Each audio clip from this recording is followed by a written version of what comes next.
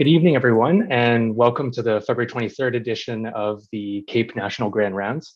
My name is Edward Chia, and I'm honored to be the moderator for this evening's presentations. I work with the Stellar Emerge team at University Health Network in Toronto, and like Dr. Howard, one of our guests tonight, I've also worked for Doctors Without Borders, and I'm a member of the Global Health Emergency Medicine Center in Toronto, where we have recently started a climate and health committee. I'm excited that we have folks joining in from all across the country tonight. And tonight I'm speaking from the place which is now known as Toronto. It's the traditional territory of the Anishinaabe, the Haudenosaunee, the Wendat, and the Mississaugas of the Credit First Nation. I'm grateful to the people, recorded and unrecorded, who have taken care of this land that is governed by the Dish with One Spoon Treaty.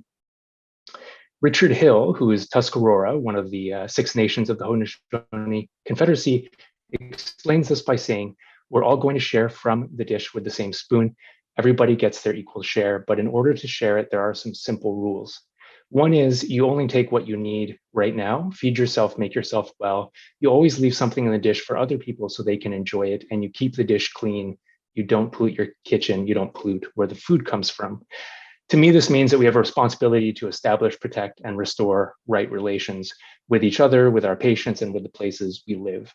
And this has been highlighted in CAEP's work. For example, recommendation 14 of the CAEP Academic Symposium on Racism and Colonialism says that as emergency physicians, we should learn about Indigenous history, generational trauma, and colonialism in order to provide the best care. In 2022, that best care is increasingly coming under fire from climate change. And all of us have likely experienced the effects of climate change in some way. For example, some may have worked through the record-shattering summer in BC that claimed nearly 600 health-related deaths. With the chaos of the pandemic, though, it's easy and justifiable to focus on day-to-day emergencies. What we're hoping to understand tonight, though, is the urgency of what must be addressed for our future. Last year, ahead of COP26, the international meeting where climate action is negotiated, the head of the UN called our situation a code red for humanity. Tonight, we have 2 international champions of emergency medicine who are there at COP26, and we're going to focus on what they've learned and what we can do about climate change. We have some learning objectives, and what we're going to do is have 2 15-minute presentations by our presenters, followed by responses to each other and finishing with a Q&A. Please text us your questions to the number on the screen or use the chat box. And thank you to those who've sent questions in advance. So I'm now delighted to introduce our co-presenters. I can assure you that CAEP's Scientific Planning Committee has reviewed our conflict of interest declarations.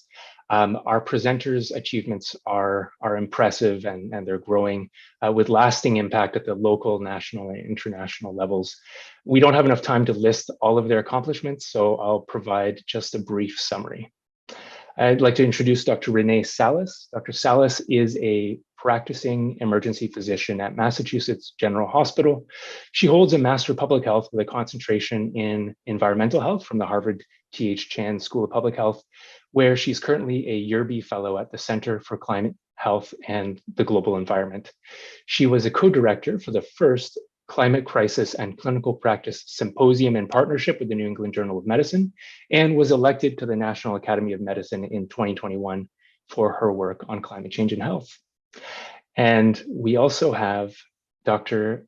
Courtney Howard. She is an emergency physician who lives in Yellowknife, Northwest Territories, traditional homeland of the Yellowknife Dene Nation. She is past president of the Canadian Association of Physicians for the Environment and a globally recognized leader on the impacts of climate change on health, who has successfully advanced policy on numerous planetary health issues. Dr. Howard was the 2018 International Policy Director for the Lancet Countdown. She sits on the boards of the Canadian Medical Association and the Global Climate and Health Alliance, as well as the steering committee of the Planetary Health Alliance. And we are absolutely honored to have both of you here. Without any further ado, I would like to hand it over to Dr. Salas. You have the floor. Well, thank you very much for that generous introduction. It is an honor and privilege to be here with you to really recognize that we are joined across borders as we address climate change. In my emergency department here in Boston, Massachusetts, in addition to all of you, wherever it is that you're tuning in from within Canada. So I get first take here in these first 15 minutes before I turn it over to my dear friend, Dr. Howard. And my goal is to talk about the why, as I've seen it in my clinical practice. The fundamentals that I think we must cover to make sure we're all standing on the same page. And then I want to begin focusing on what we can do as we think about a downstream and upstream model, and then turn it over to Courtney to really focus in on some of the really prominent exposures that you're experiencing there in Canada and that she's experienced in her practice and the true upstream actions. So as has been outlined, and as I think we've all been experiencing, the impacts of climate change are here and now, and they have profound implications for our patients and for the very fundamental reasons that we went into emergency medicine, and that's to improve health, prevent harm, and advance equity. I'm going to start with two stories because inherently that's where we all begin in our respective emergency departments, caring for the patients in our communities. The first was an elderly gentleman whose wife called 911 because he was acting confused. We were experiencing some record-breaking heat in Boston, which unfortunately seems to continue to get outdone by subsequent months and years. And I know the EMS crew really well, and they said that as they entered this couple's apartment, when they opened the door, they were struck with heat that felt like they were being hit by the Sahara Desert. And when they climbed up to this top floor, they saw that their window was partially cracked, but they had no air conditioning. Now, we quickly transferred the patient over to the stretcher in our emergency department and got a rectal temperature and found that his core temperature was 106 degrees Fahrenheit. The second patient is one that many of us see and probably don't think much about, but this was a 4-year-old who was experiencing yet another asthma attack or exacerbation. And for her, this was now her third visit that week. And her mother looked at me and just with this look of concern in her eyes, and she said, "What am I missing? I am doing everything that the doctors have told me to do." And when I reviewed the chart, she was following all of the instructions and evidence-based guidelines that we had prescribed for her daughter. Now, these may seem like two very different cases, but I would argue that while they have different primary diagnoses, they have the same secondary diagnoses. Now, this first one, just as we'd answer on any board question, was clearly heat stroke. But I would argue that a secondary diagnosis, while we may not focus on it as much, given time limitations, among other considerations, in the emergency department, secondary diagnoses are really just things that make it harder for us to either prevent or manage that primary diagnosis. And a recent study came out and showed that climate change, in fact, is directly responsible for a third of urban heat-related mortality, especially that as we found in in cities here in the United States between the years of 1991 and 2006. The second patient, her diagnosis was yet another asthma exacerbation, but I would argue that climate change was still a secondary diagnosis for her, as it has been found that climate change is driving pollen seasons to be 50% longer and actually have higher concentrations by 8% for the years that you see here.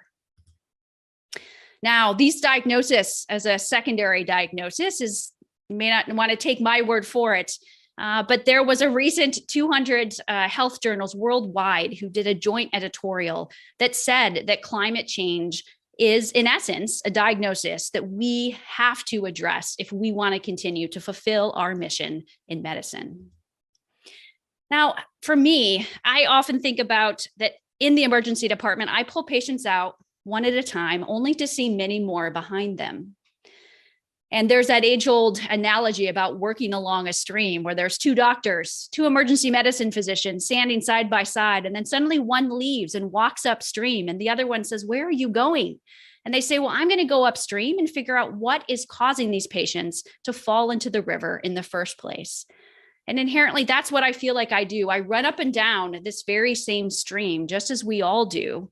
But we have to recognize that when we go upstream, we find that the burning of fossil fuels is not only driving air pollution, but also driving climate change. Now, this diagnosis of climate change as a secondary diagnosis, it does not quite fit into the model that we typically do in our charts as we list out exactly what the treatment plan is going to be, which means that we need a new toolbox if we truly want to get to the root cause and to be able to treat the secondary diagnosis just as we would a primary diagnosis of asthma exacerbation by writing prescriptions for albuterol or steroids. And again, I really want to stress as we think about that air pollution and climate change have the same root cause. This is one of those fundamental underpinnings, but it also is good news because it means as we have an equitable transition away from the burning of fossil fuels, that we can in fact begin to have near-term improvements in air pollution, which is going to have immediate health benefits, as you see here in this figure of the numerous findings and associations that have already been recognized between air pollution and health. So we are engaged in this vicious cycle where we in healthcare are both producing greenhouse gases, about 9% here in the US, which is contributing to climate change and air pollution, which is then harming the very patients and communities that we have pledged to care for and bringing them right back through our doors. And we have to break this cycle. Because the reality is, as we get to some of these fundamentals and transitioning now from the why to the fundamentals, is that we are right now within this gray box called the near term. And as we look at that, I view this as standing in front of the bedside of a critically ill patient. And we know that we have a really small window with which to implement those treatments in order to have the optimal effect to save the life of that patient and to reverse its course. And we are in that very window now.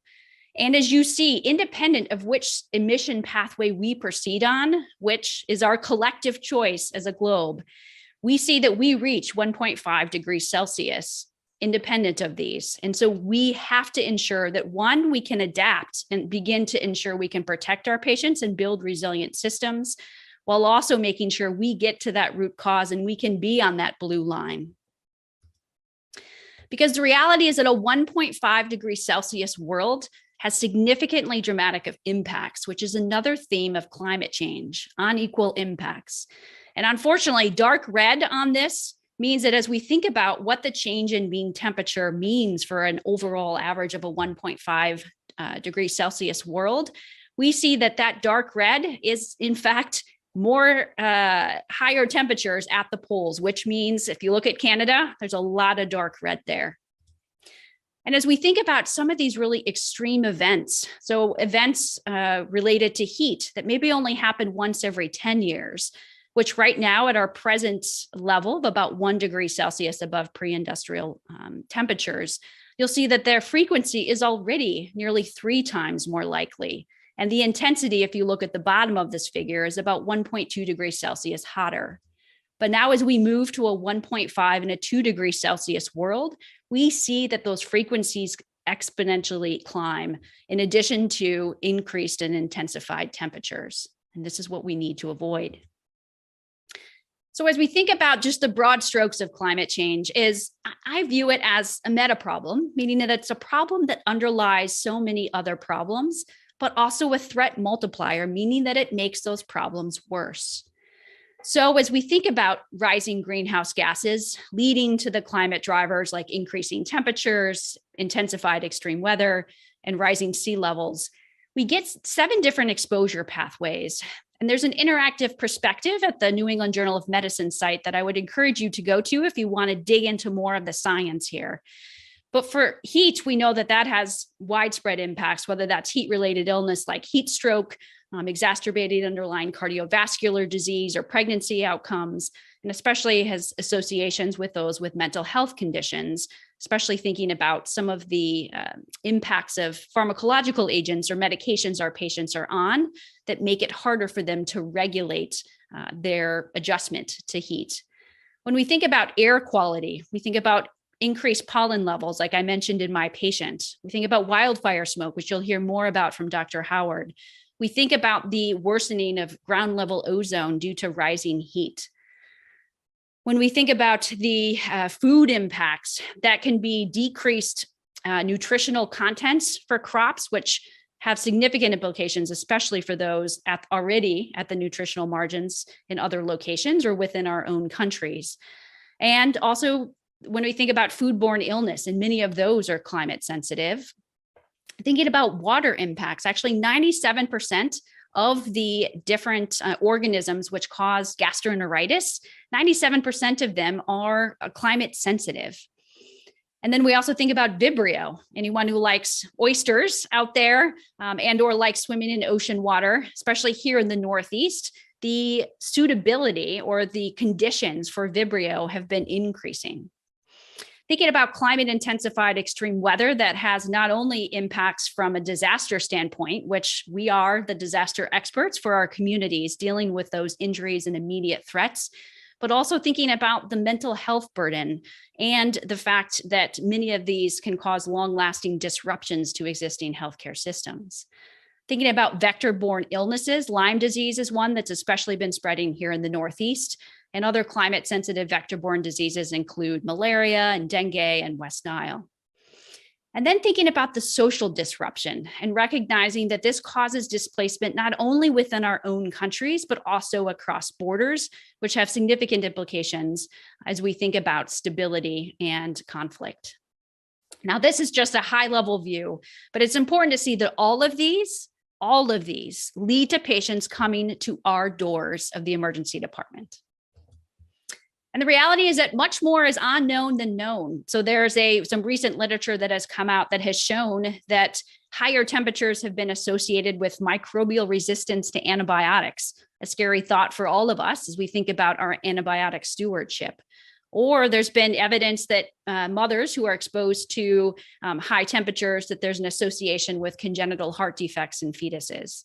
Again, more work needs to be done. And we need you to help us do that as we talk about the need for research. There's also different categories of vulnerability, and I just want to touch on this very briefly. So thinking about how people are more vulnerable is important as we think about how we can actually intervene. So understanding why individuals are more susceptible, whether that's because of their age or underlying comorbid conditions, that individuals can be more exposed if that's living in an area that is an urban heat island, so made of much more cement than green space, or having a limited ability to adapt, which I would argue health insurance is a key mechanism to help adapt, in addition to thinking about economic access to air conditioners and the ability to run it to achieve a level of true health protection within a home. There's also disruption to healthcare systems, thinking about infrastructure, power disruptions, and supply chains. A key one that we think about often is the damage that occurred in Puerto Rico caused a shortage of intravenous saline. Now, as we all know, this is literally water in a bag and probably one of the least complicated pharmacological agents we have as emergency physicians. But I was literally handing patients cans of Gatorade because we had a shortage, which required that patients had to meet certain criteria if we were going to administer that. And a recent report that just came out in the New England Journal of Medicine, Catalyst, actually showed that 75% globally already report that climate change is impacting healthcare delivery today to some degree, whether it's mild, moderate, or major. And 56% expect that those are going to be moderate to major in the next 3 to 5 years.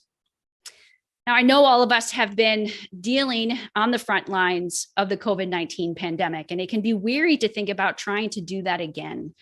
But I want to say that these are interconnected solutions. So as we think about what needs to be done, we need to consider how we can become more adaptive and resilient for the threats of climate change or the next pandemic, because often these are interconnected, which means we can rise above multiple problems at once. So I'm going to begin and go back to the stream about how are we going to address all of this? And I hope that that will really be a focus for the remainder of this session, now that we've gotten through the hard stuff.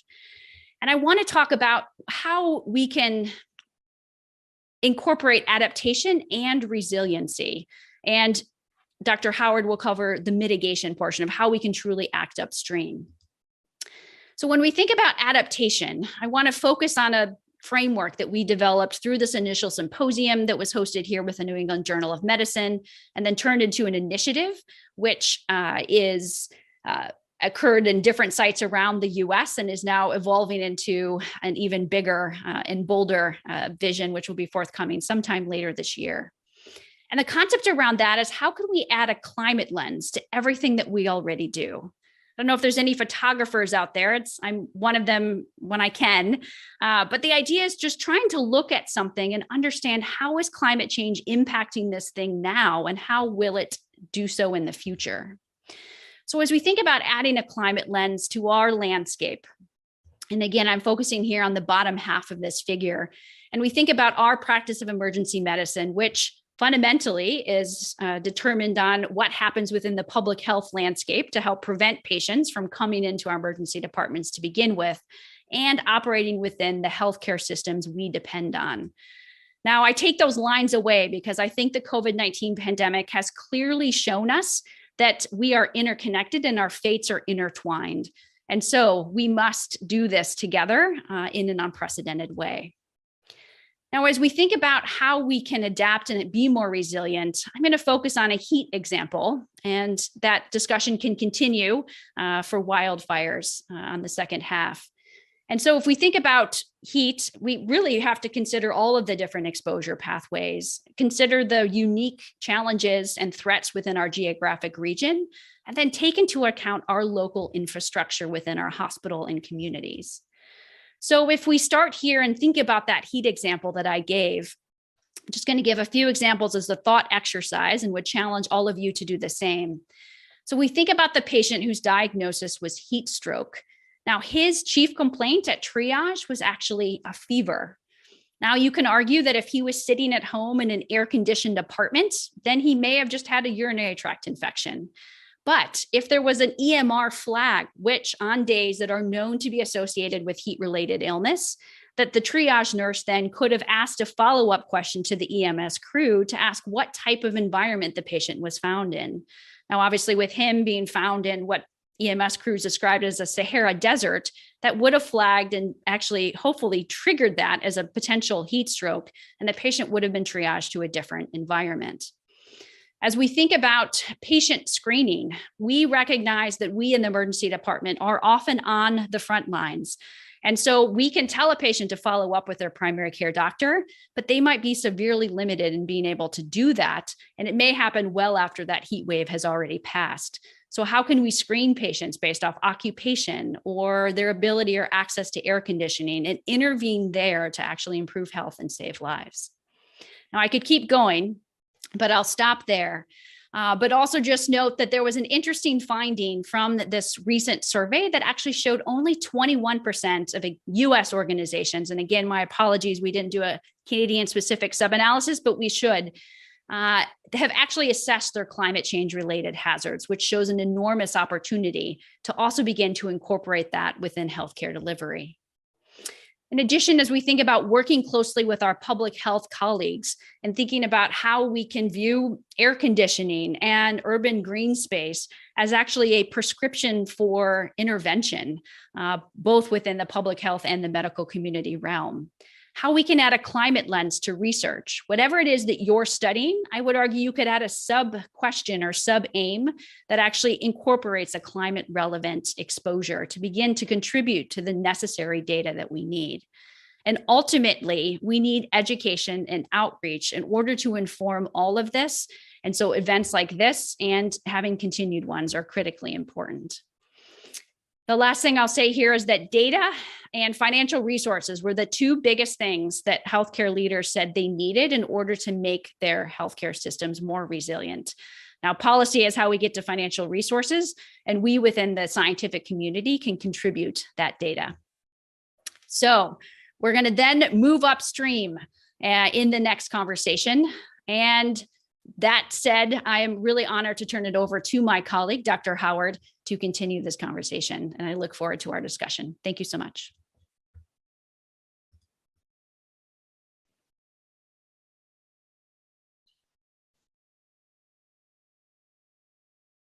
Thank you so much, Dr. Salas. And I just want to give Dr. Salas props and thanks for doing the hard part, because basically relaying the diagnosis of the impacts of climate change is the tough part of this. It's really the same as going into any new patient's room after having looked at a CT scan, found something you didn't want to find, had to still yourself, go in, sit down, and relay information that no one ever wants to have to give to anyone. And when you think about that and how you feel before and after you've done it, you start to understand why maybe this diagnosis hasn't been relayed very well to the population by decision makers. If you're a decision maker and you depend on basically winning a popularity contest to getting into office next year, is it really to your advantage to be giving people bad news? And maybe this has something to do too with why we're so unprepared. I've been working on this for 13 years now. And when I first in 2009 read the Lancet Commission's first report on climate change and health, basically up in the Mackenzie River Delta, which is the background of this picture that you see here, it said climate change is the biggest health threat of the 21st century. And I was like, oh my God, I just finished emergency school. How did they miss this? And really, I thought, I'm just going to go tell people about this. My preceptors just missed it. It's fine. We'll just add it to the curriculum next year. It'll be cool. Well, it's 13 years later. And I had several meetings with the Association of Faculties of Medicine of Canada last week, and many residents and medical students. And I'm doing a lot of work on education. This is still not in curricula 13 years later. And so why is that? I used to think that maybe it was because people didn't care. And then I started to realize maybe it had something to do with the fact that maybe we actually care too much. Maybe this is a diagnosis that, because it affects every single one of us, everybody we love, and all of the patients we will ever care for, as well as potentially putting our ability to do our work at risk, maybe we actually care about it so much that it's difficult for us from an emotional standpoint to absorb the information to the point where we get to that moment in the trauma room where you've absorbed the information, you've centered yourself, and you have a cognitively clear space with which to make a plan. Maybe it's tough for us to be that professional person, that version of ourselves that we usually are when we're managing emergencies, because things and people that we love as well as ourselves are at risk. And so when we're talking about this during my presentation, during Renee's presentation, I just want you to think about what's your emotional landscape listening to this? And do you think that has had behavioral correlates for you so far? And what do you need to do to get yourself into that position of leadership that really society requires of us right now? So I'm coming to you from Yellowknives Dene territory. I've lived here now for 11 years. I live on permafrost, so this is a very real issue for me because my house kind of tilts back and forth depending on what's melting. And I serve a patient population, majority Indigenous, that extends all the way up to the high Arctic. So the people who live in the area in this photograph are Dene, Gwich'in, and Inuvialuit. They're already dealing with a world that is 3 degrees Celsius warmer than when an 80-year-old elder was born. It's one of the places in the planet that's actually warming faster than almost anywhere else, that's warming at triple the global rate. And so what we're seeing is decreased ice stability, which leads to increased potential for cold weather drownings, increased problems accessing traditional foods, which, as you can imagine, in a place where most food has to get flown in, food from the land, fish, moose, caribou, that's by far the cheapest and most accessible, healthy food for people. So when all of a sudden you can go through the ice on the way to your trap line, that has consequences for trauma, that has consequences for food security, for cultural sharing practices, for mental health. So this is a really big deal where I live. So when I kind of looked up from that Lancet Commission report 13 years ago, and I looked around, I said, did you guys know that climate change is the biggest health threat of the 21st century? They're like, oh yeah, Bob went through the ice last week. And, we're a bit worried about the increase in forest fires that we're seeing. So when everything is aligned, and I think we're starting to see this in more parts of the world, kind of like we were taught in medical school when the history is lining up with the physical exams, lining up with the lab data. It's a diagnosis that's becoming increasingly easy to make. And I think that unfortunately and fortunately makes it much easier for us to be really increasing our work on this right now. So this was really brought home to me in 2014 during a hugely smoky summer here. And I was telling Dr. Salas before that I was going to go on a rant. a little bit. So like I'm channeling my inner Elsa Ketty here. So I've been very patient during these 13 years of trying to get this into curricula. But I lost my temper on one of these calls last week. And it was because these poor medical students were trying to be so patient. And I was thinking to myself, you know what? Actually, the problem is we're actually just not fulfilling our duty to society the way things are right now. And this is why. So 2014, we had 2.5 months of wildfire smoke here in Yellowknife. And this is kind of what it looked like. And we all ended up, despite the fact that there was actually smoke in the playground, at the playground for my daughter's first birthday party. This is my husband. He is a pediatrician. I said, hey, Darcy, when the air quality health index is 9, should we hold our daughter's birthday party in the playground? He's like, sure. Because by then we'd been inside for almost a month and a half and the kids were going nuts. We don't have air conditioning up here. So I have all these pictures, sweaty toddlers in diapers trying to like play inside as we kept the windows closed to try to keep the smoke out, which is the recommended public health advice. So there we were with pretty much all the doctors in town, all of the kids, including the respirologist and her 7-month-old. And I was looking at all these kids kind of in the playground and there was smoke curling around the edges. And I was like, should we be here? And so I started talking to the respirologist. I was like, should we do a study? Because this is probably not very good for our kids' lungs. And she said, sure. And so I tried to get her friend, the asthma specialist, to do a study. Didn't manage to, ended up doing the study myself because my advocacy skills were inadequate to the task of getting someone else to do a study. I've done studies before. It's very time consuming. I give you full credit for the work you're doing, Dr. Salas. And anyway, what we found was that we had some of the worst air quality that has ever been recorded in an urban population for an extended period of time. Unfortunately, I'm sure that this will soon be exceeded by other studies, but at the time, we published this about 1.5 years ago. It was really the longest and most severe smoke exposure other than what has happened sometimes in Indonesia. And that doesn't mean it's the longest period, because we know that many smoke exposures, particularly in lower and middle income countries where research capacity is low, have gone unstudied. But it's one of the worst ones in the evidence base. You can see this is, if you look at the time scale across the bottom, that was fully 2.5 months and way exceeding WHO guidelines. And just to give you a sense, our normal PM 2.5 level here in Yellowknife, 6. So way worse than what we would normally see. And we did a qualitative part to that study as well, that we did 30 community-based interviews and had some top qualitative researchers analyze them and said, hey, how did it feel for people to be living through this? And so this was done in partnership with the Yellowknives Dene and the Kagatu First Nation, including Indigenous community coordinators to source people that they thought represented the diversity of perspectives in their communities. And so they said, you know what? We felt separated from the land. We felt lonely. We couldn't access our normal food. There was a reduction in physical activity. And it really made us worried about what this means for our kids. And so this expression of ecological grief and eco-anxiety.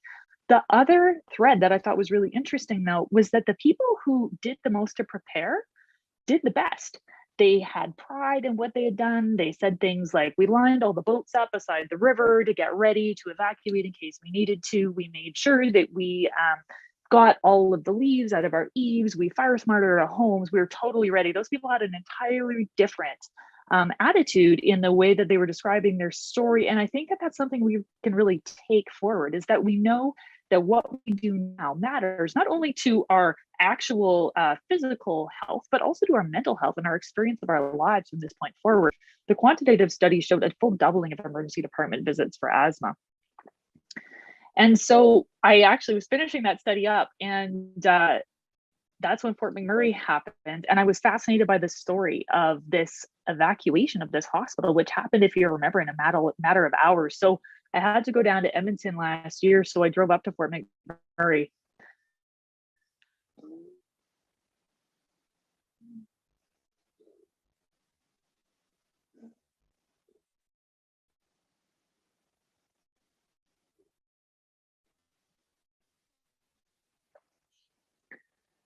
Can you see it?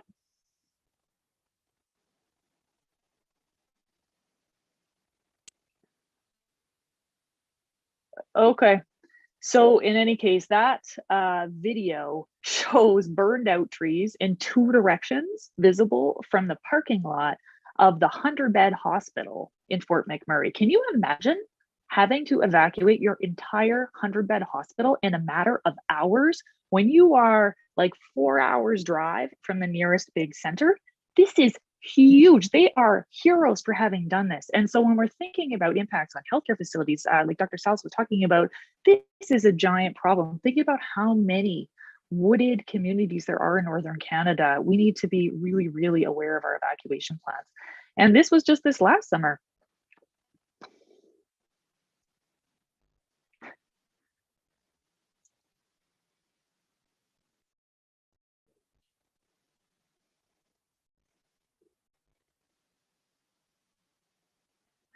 So basically, that was in the Okanagan. We drove from Alberta all the way to visit the grandparents in Victoria and back. And on the way there, we saw about 14 fires from the highway. On the way back, the whole thing looked like that all the way from Oliver on.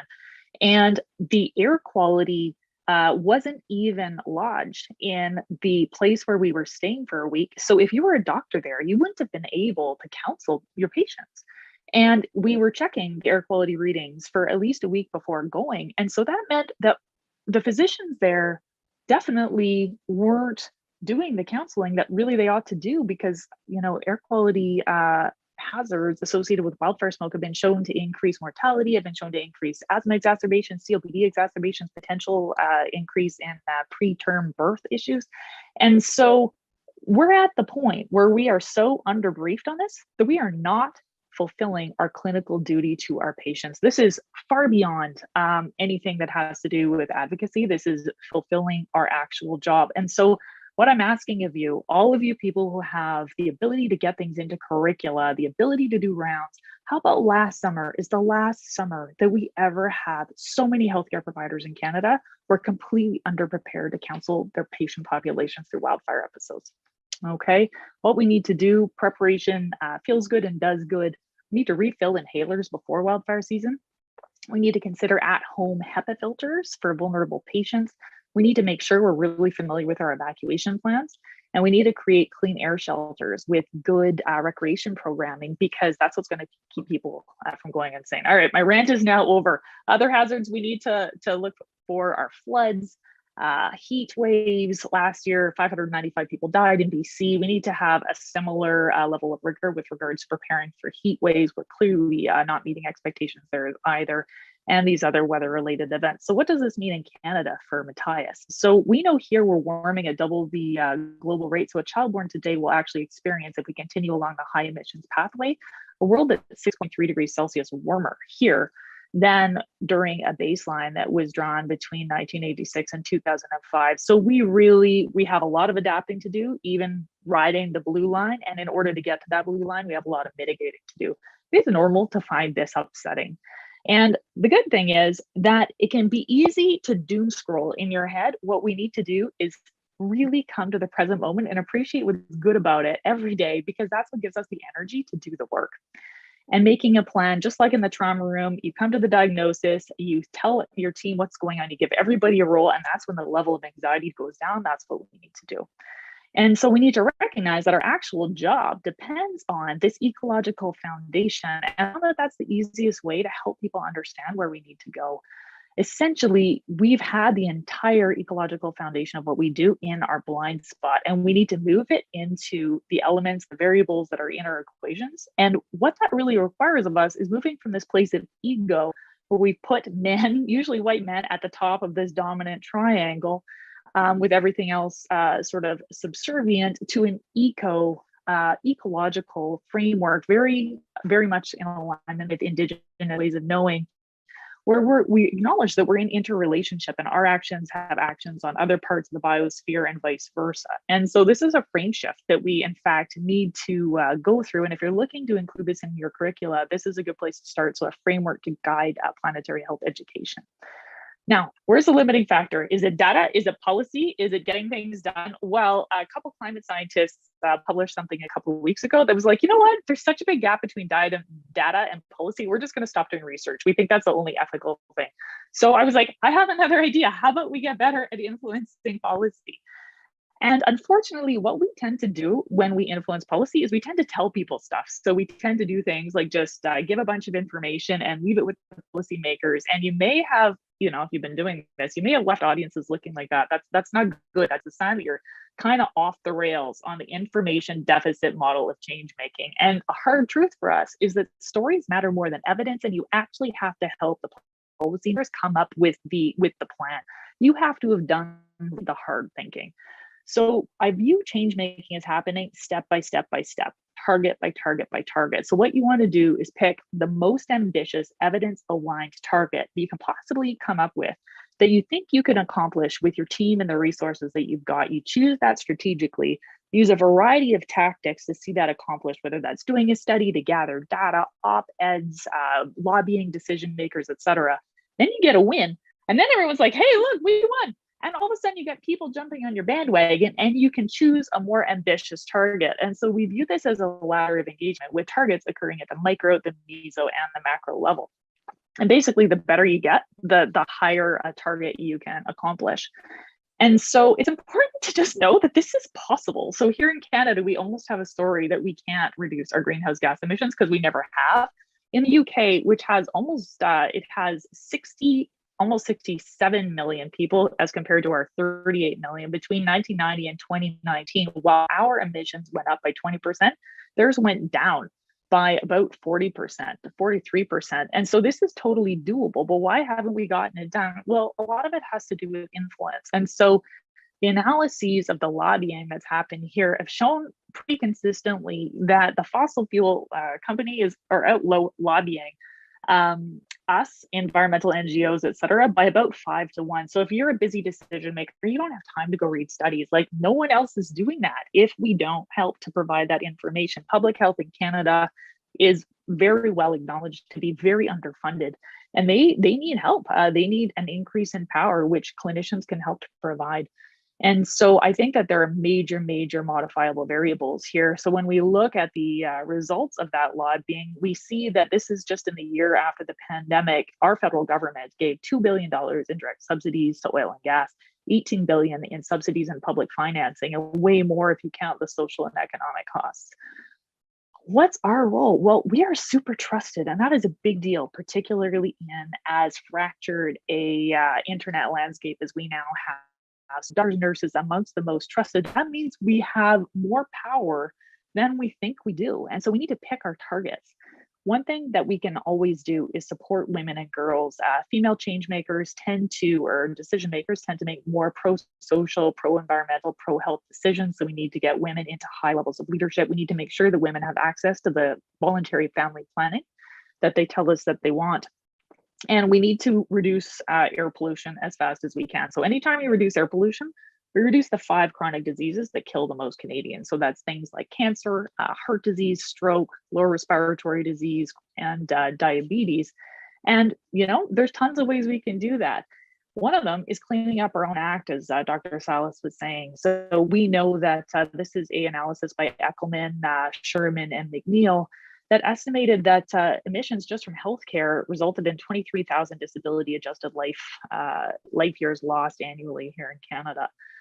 And the thing is that when you believe you can do something, you can. This is Nick Watts, who's leading work in the UK. And this is something he said for a long time. We're too young to know it's impossible, so we're going to do it anyway. And he did it at the Lancet Countdown, and he's doing it in the UK now. So they actually now have a net zero target where they're aiming to hit net zero by 2040 for the emissions directly within their control, and by 2045 for those slightly more external. And this is how you get that done. You measure things, you make a plan, you resource things adequately, you get the right people on your team, you just fulfill your plan. So they're already meeting their criteria, and that is giving us a game plan that we can also follow. So we have now committed after COP26. It was all a real flurry. The US committed, so Canada anteed up, and we managed to get Stephen Guilbeault and Duclos to also commit.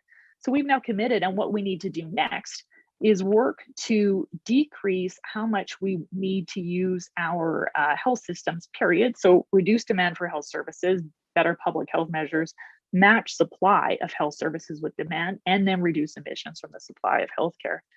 And the very first step there is we need to make sure that we model our healthcare system emissions to get a nice curve like what they have in the UK, so that we can start to set our targets. And we're asking the government to do that right now. And so how else can we decrease these greenhouse gas emissions? Coal phase out, we've already been very, very successful here in Canada. Health voices were key to the coal power phase out in Ontario, the commitment in Alberta, nationally and internationally. And that saves lives just from reducing air pollution.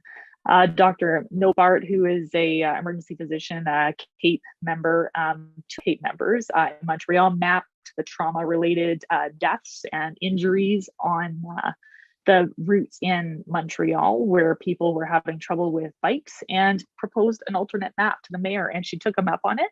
And so they're doubling the number of bike lanes in Montreal, and he's now doing this in other places in Quebec, and they just did it in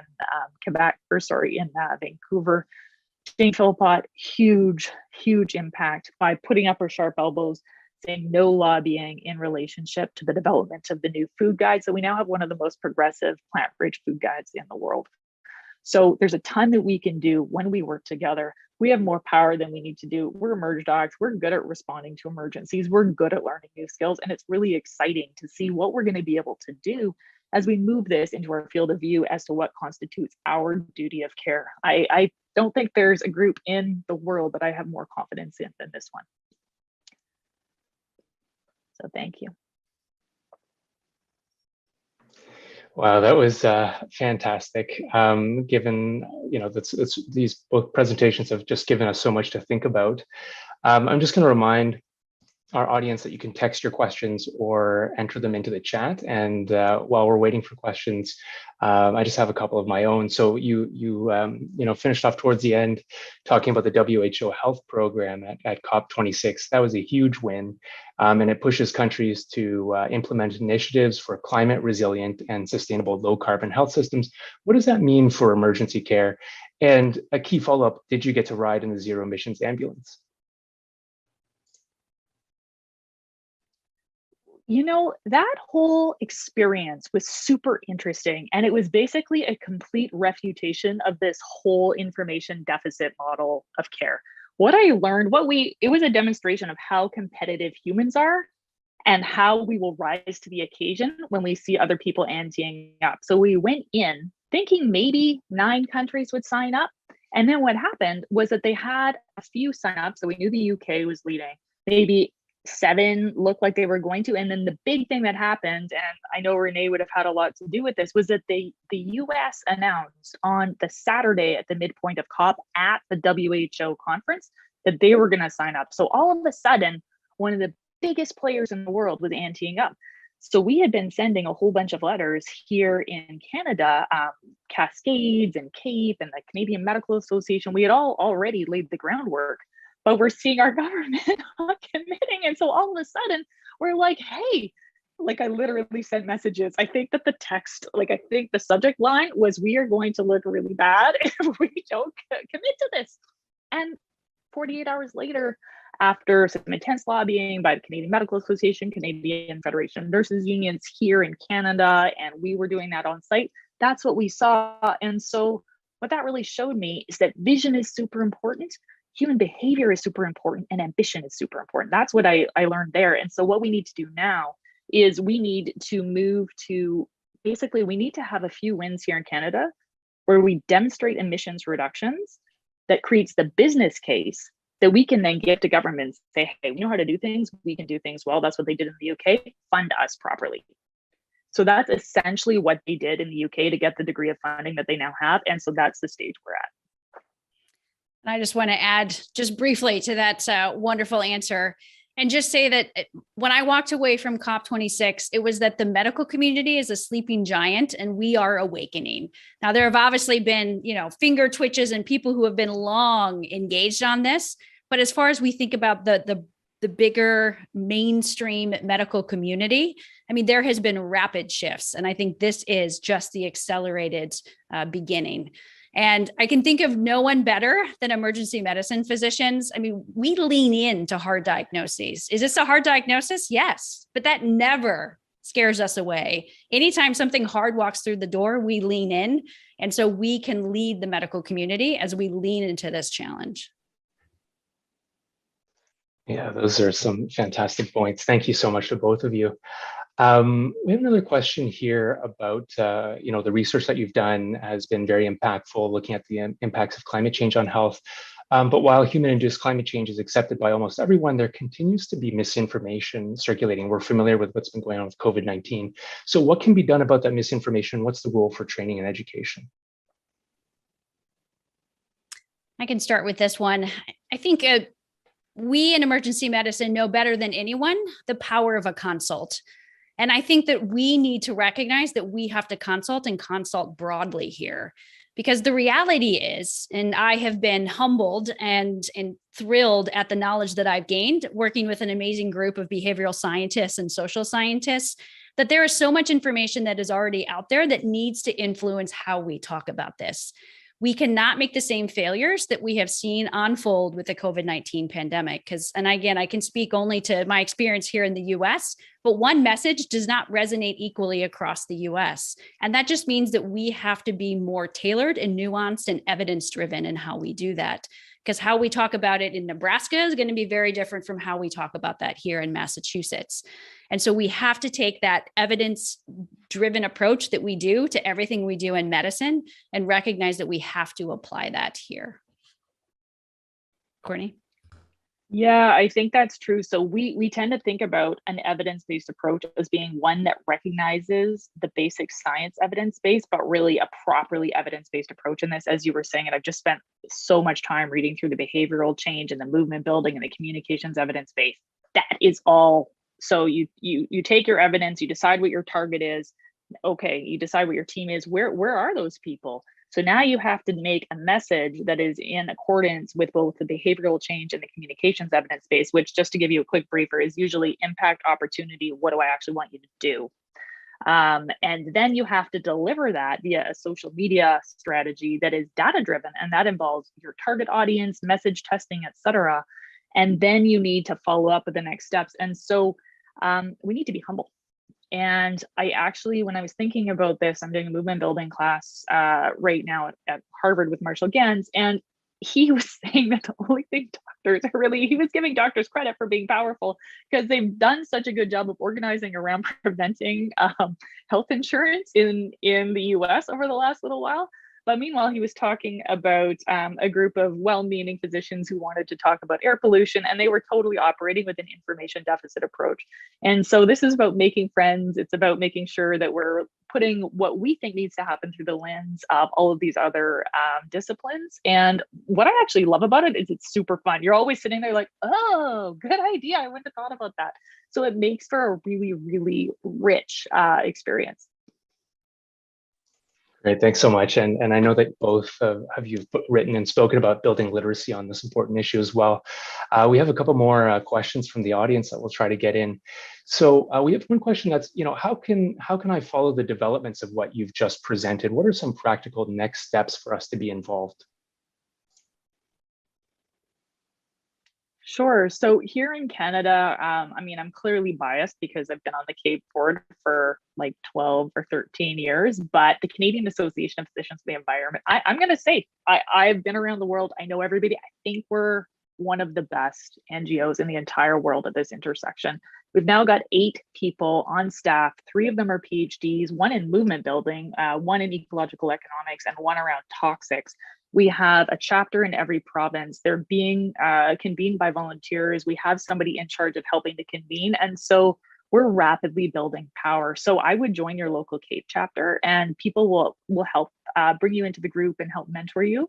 And other than that, I'm involved in a social media and critical care. SMAC has grown into something called CODA that I'm involved in. And so we'll be launching an action plan through CODA in April that will help people sort of get on board. They've got an interactive gamified website where they'll give people points for doing different actions because the community, we're realizing, is super, super important. A lonely advocate doesn't tend to last very long. And so really finding your people is a really big step in this. And in addition to those Canada-specific resources and others that Dr. Howard has truly been leading, I can pledge that everything we are doing here in the US, we want to interconnect that with everything that is happening within Canada and across the globe, because we have to learn from one another. We do not have the ability to treat this like we treat other things.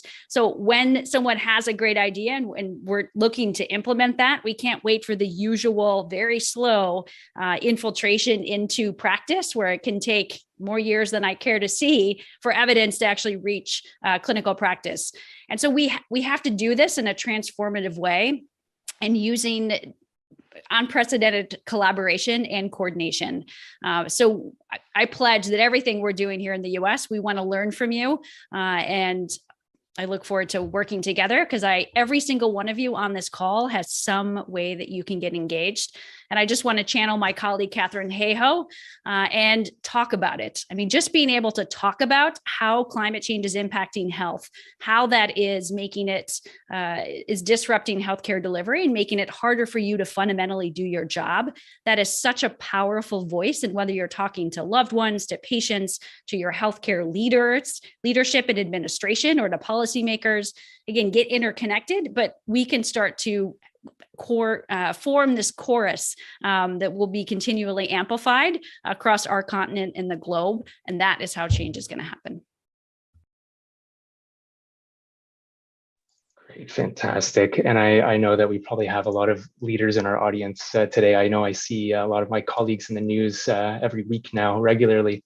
Okay, we're running low on time here. So one very quick last insight, and this comes from a question about how you motivated your home, hospitals, or institutions to act. There are so many competing priorities. One quick last thought.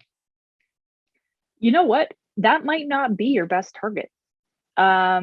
It may or it may not. And so you need to pick your target strategically based on your team. So we have a totally corporate run hospital here. We can't even get the alarms to stop on the doors. And we've been trying for 4 years, because that's controlled in Texas. That's not my highest impact target. And it's annoying, but it's not. It is actually easier to get Canada to sign up to an international agreement than it is to get the alarms to stop on the hospital doors. So you got to pick your target really strategically. But really, all of it starts with one person starting something, identifying something that you think you could change with the resources you've got and the people you know, making friends, accessing those resources, and just doing a thing like booking a meeting, making a policy brief. Taking a step, you'll have a different view from there. And I just want to say that this is going to feel scary. Okay, I think one of the reasons that we haven't made progress is that it takes courage. And so if you're standing up and you feel like the lonely voice in the room, I want you to know that that's normal. And I want you to picture all of us in different rooms supporting you from a distance, holding your hand from a distance, because there's a lot of people standing up in rooms feeling lonely, finding their courage right now. And that is the support that we can offer one another. And so if it feels scary, do it anyway. And I view this as a different kind of mission. We've gone on humanitarian missions, you and I, Ed. This is a way to decolonize global health. It's a way to decolonize planetary health, because it's solving the problem here at home with our emissions so that it doesn't harm people in other countries. So it's scary to get up and get on a plane and go on a mission with MSF. It may be a little bit scary to do this, but they're both some of the most rewarding work I've ever done. And I would just really quickly, I'll add one point, and just saying that really figuring out what motivates whoever your target is. And so if you're going to administrator and their fiscal or financial bottom line, there's actually really good news in the sense that there's a CEO here at Boston Medical Center. And at one of these events, we asked her, well, what was the reason that you engaged in healthcare sustainability? And her answer couldn't have been better if I would have paid her for it. And it was the fact that my bottom line, it was financially the right thing to do. And it saved me money by engaging in healthcare sustainability. Now, I can't think of a better way in order to engage leaders, but really just doing that homework that Dr. Howard outlined, in the sense of figuring out what motivates them. Make sure you're connecting it to that. And I think at least here, that shame that Dr. Howard talked about before is real. And as these big behemoths, at least here in the US, are getting engaged, like National Academy of Medicine and the leading medical journals. I mean, people are suddenly recognizing that they have to also get engaged, and shame can be a very powerful thing. So don't be afraid to use it. Let's use shame for good, people. Let's use shame for good. That is a fantastic closing thought. Thank you so much to both of our experts tonight, Dr. Salas and Dr. Howard. You've given us some tools to diagnose and manage our critically ill climate and given us inspiration to take action. We've thought about education, research, partnership across specialties, how to organize our approach as we do for resuscitation. To our audience, please take a minute to fill out the evaluation for the session, and I believe we will be following up with a summary and some resources. Thank you all for joining us tonight. We know that we're all balancing a lot of commitments right now. As our guests have highlighted, climate change is high stakes for us as well, and especially for the next generation of emergency care providers. So thank you, take good care, and keep up the amazing work you're doing on the front lines. Yeah, thank you.